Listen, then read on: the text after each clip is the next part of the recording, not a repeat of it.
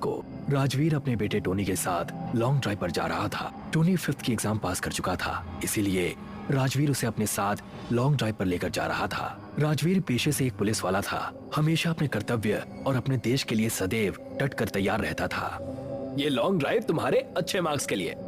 आप तो चुप ही रहिए। You won't even miss me for a day, Dad. हमेशा आप बाहर रहते हैं। आज भी आपने होटल में मुझे पूरा दिन छोड़ दिया। अरे चिल ब्रो, इतना महंगा होटल है, जाकर कुछ खाओ पियो ऐश करो, इतना क्या परेशान होना। मेरी ही गलती है, मैंने ही मॉम की जगह आपको चुना और इन्हीं रीजंस की वजह से मॉम आपके साथ नहीं रहती और उन्होंने किसी और को चुन लिया। थम जा बेटा, थम जा। अगर तुम्हें लगता है कि तुम्हें अपने मॉम के साथ रहना है तो चले जाओ, और क्या। राजवीर गुस्से से गाड़ी घुमा लेता है और टोनी को होटल रूम में दोबारा छोड़ देता है, जिससे टोनी बहुत रूठ जाता है और अपने कमरे में सोने चला जाता है। मैं अपने बच्चे को बाहर छोड़कर जा रहा हूँ, तुम उसका ध्यान रखना। लेकिन आप अपने बच्चे को मेरे भरोसे ऐसे कैसे छोड़ सकते हैं? होटल में कई सारे लोग आते जाते हैं। देखिए, मैं एक पुलिस वाला हूँ और मुझे एक जरूरी काम से बाहर जाना है। राजवीर अपने साथ 2 हवलदार लेकर जंगल के रास्ते में चला गया और वहां जाकर देखा कि एक भयानक सा दिखने वाला आदमी, जिसका चेहरा एकदम काला था, आंखें इतनी लाल जैसे खून से लथपथ हो, वो कुछ नौजवानों को ड्रग्स बेच रहा था और उसका नाम काल था। इसे चिट्टा कहते हैं, ये ले जाओ, हमेशा मुझे याद रखोगे। नशा तो होगा ना इससे? हम ऐसे ही पैसे नहीं देना चाहते। नशा नहीं, इससे तुम्हें परम सुख मिलेगा और मुझे कोई पैसा नहीं चाहिए। जब भी मैं अपने बनाए हुए ड्रग्स यानी कि चिट्टा बेचता हूँ, तुम इसे ले जा सकते हो। डूड, ये तो हमें मुफ्त में दे रहा है। चल चल, ड्रग्स लेकर चल और पूछ ले कि उसके पास और भी है क्या। हम उसे आगे अपने हॉस्टल के दोस्तों में बांट देंगे। बिल्कुल सही बात है, हमें इस काल को तुरंत ही पकड़ना होगा, वरना सारा देश तबाह हो जाएगा। इतना कहते ही राजवीर काल को पीछे से झपट लेता है और उसे पकड़कर कैद खाने में बंद कर देता है। काल का चेहरा उस वक्त बड़ा भयानक हो जाता है। दोनों हवलदार डर के कांपने लगते हैं। ले जाओ इसे और कैद करके ही रखना। आजकल के लड़कों को इसने अपने जाल में फंसा कर रखा है। तुम जो भी कर रहे हो गलत कर रहे हो। तुम मुझे नहीं जानते कि मैं कौन हूँ। तुम सबको तबाह कर दूंगा। ये दर्द तुम्हें उतना ही ज्यादा महंगा पड़ेगा। जो दर्द मैं तुम्हें दूंगा वो तुम्हें उतना ही महंगा पड़ेगा जितना मेरे चेहरे पर एसिड गिरने का दर्द था। सर, मुझे बड़ी घबराहट हो रही है। ये क्या करने वाला है? उसकी आंखें चमक रही है, हमें यहाँ से चलना चाहिए। उतने में काल ने जेल की काल कोठरी तोड़ डाली और जेल से बाहर आ गया और उनमें से एक हवलदार के सर पर अपना पंजा मारकर उसका सर धड़ से अलग कर दिया।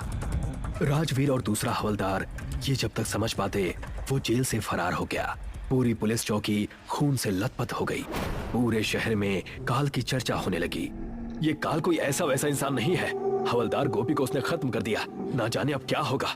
इसका कोई तो उपाय निकालना होगा, वरना हमारी समस्या और बढ़ जाएगी। काल जेल से निकलकर ग्रैंड पैराडाइज होटल में चला जाता है, जहां राजवीर ने अपने बच्चे को छोड़ा था, और वहां जाकर टोनी को अगवा कर लेता है। तुम इतनी देर से कहाँ थे और टोनी फोन क्यों नहीं उठा रहा है? मैं कब से उसे कॉल कर रही हूँ। अरे होटल में कहीं घूमता होगा। चिल, मोबाइल चार्ज पर लगाकर तुम इतना हाइपर क्यों हो रही हो? तुमने आज तक टोनी को बिना मोबाइल के देखा है क्या? और मैं इसीलिए डर रही हूँ क्योंकि वो तुम्हारे साथ है। वो दोनों आपस में झगड़ ही रहे थे कि राजवीर को एक अननोन नंबर से कॉल आता है। हाय राजवीर, तुम अपने बच्चे को ढूंढ रहे हो ना? गलत कर रहे हो। अब तक तो उसका हाल उस हवलदार की तरह हो चुका है। अगर मेरे बच्चे को तुमने हाथ में लगाया ना, तो तुम देखना तुम्हारी खैर नहीं। मैंने हाथ रखा है, अभी लगाया नहीं, लेकिन वही हश्र कर सकता हूँ। तुम हमसे चाहते क्या हो, मुझे ये बताओ। तुम्हारे पुलिस डिपार्टमेंट के पास मेरे 100 किलो ड्रग्स रखे हैं। इज्जत से मेरा सामान दे जाओ और अपने बच्चे को ले जाओ, और तुम्हें कहाँ आना है वो तो तुम्हें अच्छे से पता है। राजवीर ने ठीक वैसा ही किया। डिपार्टमेंट में पड़े सारे ड्रग्स के बैग गाड़ी में रखे और अपने साथी हवलदार बिल्लू को लेकर वहां चला गया।